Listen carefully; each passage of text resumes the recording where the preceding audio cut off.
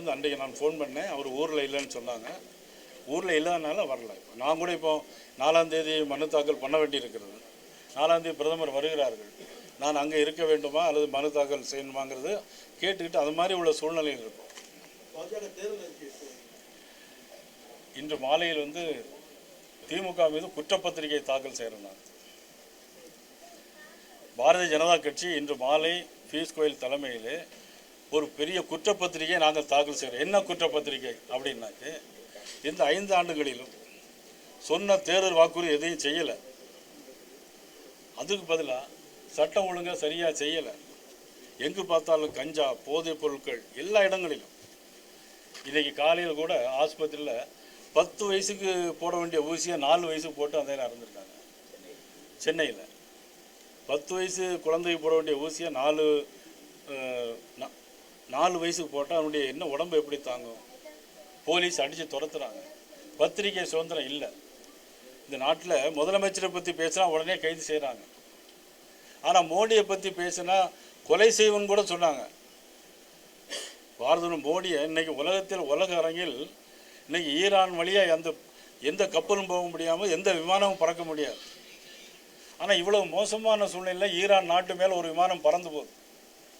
அதை நீங்கள் எடுத்து பார்த்தா, நெட்டில் எடுத்து பார்த்தா எந்த விமானம்னு பார்த்தா ஏர் இண்டியான்னு போட்டு.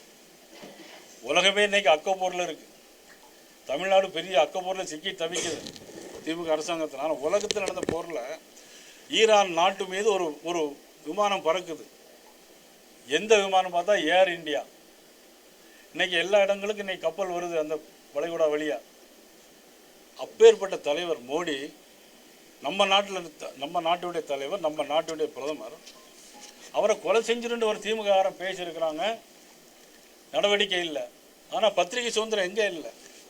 சவுக்கு சங்கர் நாட்டுக்குள்ளே வரக்கூடாதுன்னு வச்சுருக்காங்க. வெள்ளக்காரன் காலத்தில் தான் கேள்விப்பட்டிருக்கோம் ஆல்வின், என்றால் சிறைவாசம், ஏனென்றால் வனவாசம். ஆனால் இப்போ வனவாசம் யாருக்கு என்று சொன்னால் வரக்கூடிய 23ஆம் தேதி தெரியும். ஆக மிக மோசமான ஆட்சி. சரி, இன்னைக்கு 56 சமுதாயம், எக்கனாமிக்கலி வீக்கர் செக்ஷன், 56 சமுதாயத்திற்கும் எக்கனாமிக்கலி வீக்கர் செக்ஷன் 10% இடஒதுக்கீடு. ஃபார்வர்ட் கம்யூனிட்டி, அதில் பிள்ளைமார் இருக்கிறாங்க, பிராமின் இருக்கிறாங்க, செட்டியார் இருக்கிறாங்க, ஆசாரி இருக்கிறாங்க, ஏன் முஸ்லீம் கூட இருக்கிறாங்க. 10% இடஒதுக்கீடு இந்த அரசாங்கம் கொடுக்கல. தமிழ்நாட்டில் மத்திய அரசாங்கம் இடஒதுக்கீடு கொடுக்கு. திருநெல்வேலி தொகுதியில் இன்றைக்கி நிறைய பேர் படித்து போஸ்ட் ஆஃபீஸ்லேயும் ரயில்வேலையும் அந்த 10% இடஒதுக்கீட்டில் வேலைக்கு போயிருக்கிறாங்க. இங்கே திமுக அரசாங்கம் அதை எடுத்து கோர்ட்டுக்கு போயிரு ஸ்டே வாங்கி வச்சிருக்கு. எவ்வளோ பெரிய கொடுமை! மத்திய அரசு ஒரு சலுகை கொடுக்கு. ஃபார்வர்ட் கம்யூனிட்டியை பிள்ளைமார் சமுதாயம், பிராமின், செட்டியார் மாதிரி இஸ்லாமிய சமுதாயங்கள் உட்பட அதில் இருக்கிறாங்க. 10% இடஒதுக்கீடு. இதையும் எதிர்த்து கோர்ட்டுக்கு போனது திமுக அரசாங்கம், நம்மளுடைய முதலமைச்சர் மாண்புமிகு ஸ்டாலின் அவர்கள். ஆனால் இப்போ ஓட்டு கேட்கறதுக்கும் இன்னைக்கு பிள்ளைமார் சமுதாயத்திட்டையும் பிராமின், செட்டியார், இஸ்லாமிய ஓட்டு கேட்கறதுக்கு அவங்க வந்துட்டு இருக்காங்க.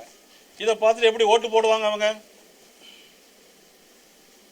இவ்வளவு மோசம். இங்கே பார்த்தீங்கன்னா லாக்அப் டெத்து. பக்கத்தில் இருக்க சாத்தாங்குளத்தில் 2 பேரை அடித்து கொண்டாங்க. தமிழ்நாடு மூலம் ஐயோ ஐயோ ஆத்தாடி ஐயாடி ஒரே கூப்பாடு போட்டாங்க.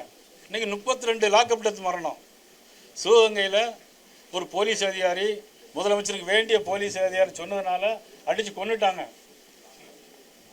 என்ன நடந்தது? ஒன்றும் நடக்கலை. இவ்வளோ பெரிய கொடுமை. கஞ்சா, பள்ளிக்கூடத்துக்கு பிள்ளைகள் போக முடியல. எல்லாருமே கஞ்சா போட்டுனா. எங்கள் ஸ்கூல் வாசலில் முன்னாடிலாம் பார்த்தா இந்த ரீன்னு ஒரு க்ரீமை சுற்றி வித்துட்டு இருப்பான். இப்போ கஞ்சா கஞ்சா கஞ்சா கஞ்சான்னு சுற்றிட்டு இருக்காங்க. இப்போ